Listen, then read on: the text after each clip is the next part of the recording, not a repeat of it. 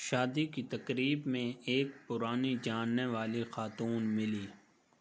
اس سے الیک سلیک ہوئی اور میں اس کے قریب ہی بیٹھ گئی۔ وہ مجھے دیکھ کر بے حد معزوز ہو رہی تھی اور کہہ رہی تھی کافی عرصے سے میں آپ کے پاس ملنے کے لیے آنا چاہتی تھی۔ کیوں، خیریت ہے؟ اللہ کے فضل سے بالکل خیریت ہے۔ دراصل آپ تو جانتی ہیں کہ بیوگی میں عورت کی زندگی کیا ہوتی ہے۔ 15 سالوں سے دنیا کے رنگ دیکھ رہی ہوں۔ ماشاءاللہ بچے اب بڑے ہو گئے ہیں، روپے پیسے کی کمی نہیں ہے۔ بچے بہت چھوٹے تھے اور میں بھی جوان تھی۔ آپ یقین جانیں جس پر مصیبت ٹوٹتی ہے وہی جانتا ہے۔ میرے ماشاءاللہ 3 بھائی، 1 بہن اور بیوہ ماں ہے۔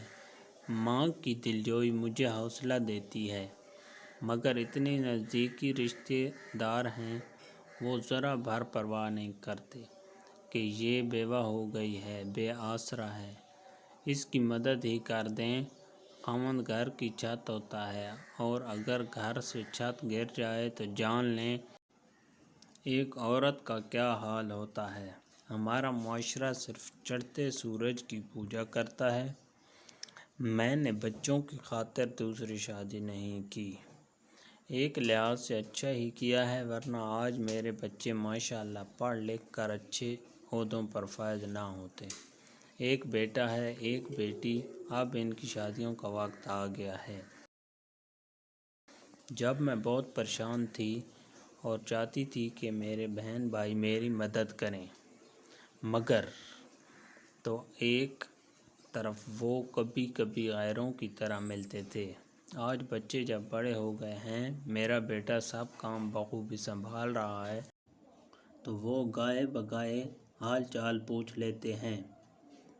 آپ کے پاس گھر ہو اور آسائش بھی ہوں تو میں کہوں گی کہ وہ آسائش آپ کے دکھوں کو کم نہیں کر سکتی۔ دکھ انسان کو خود ہی جھیلنے پڑتے ہیں۔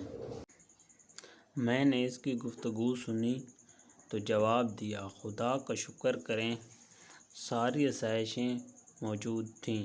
اگر آپ کے پاس زندگی گزارنے کا کوئی ذریعہ نہ ہوتا تو آپ اندازہ نہیں کر سکتی کتنی مشکلات کا سامنا کرنا پڑتا۔ ابھی تو سب کچھ موجود ہے آپ کے پاس، تو آپ کے چھوٹے موٹے کام بہن بھائی نہیں کرتے۔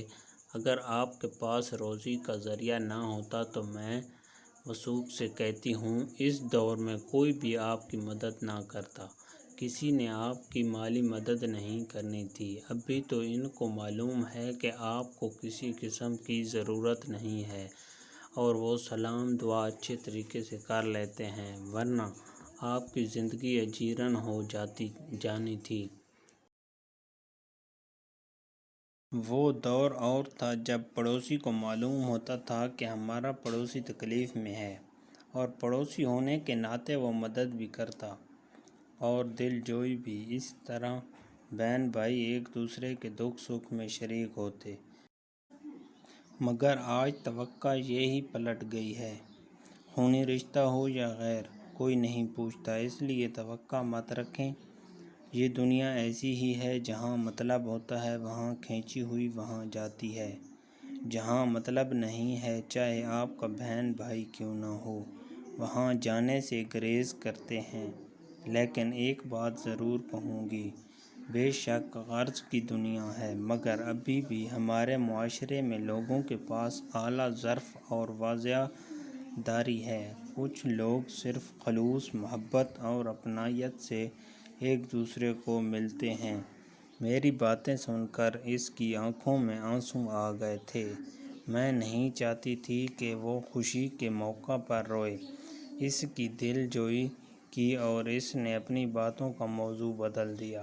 مجھے رہ رہ کر ایسے لوگوں پر غصہ آ رہا تھا۔ بے شک افراتفری کا دور ہے، مگر ایک انسان مشکل میں ہے، اس کی راتیں تکلیف میں گزرتی ہیں تو اس کی حاجت روائی کرنی چاہیے۔ یہ زندگی چند روز ہے، کوشش کرنی چاہیے جتنا ہو سکے لوگوں کے دکھوں کا مداوا بنیں، ان کی تکلیفیں دور کریں۔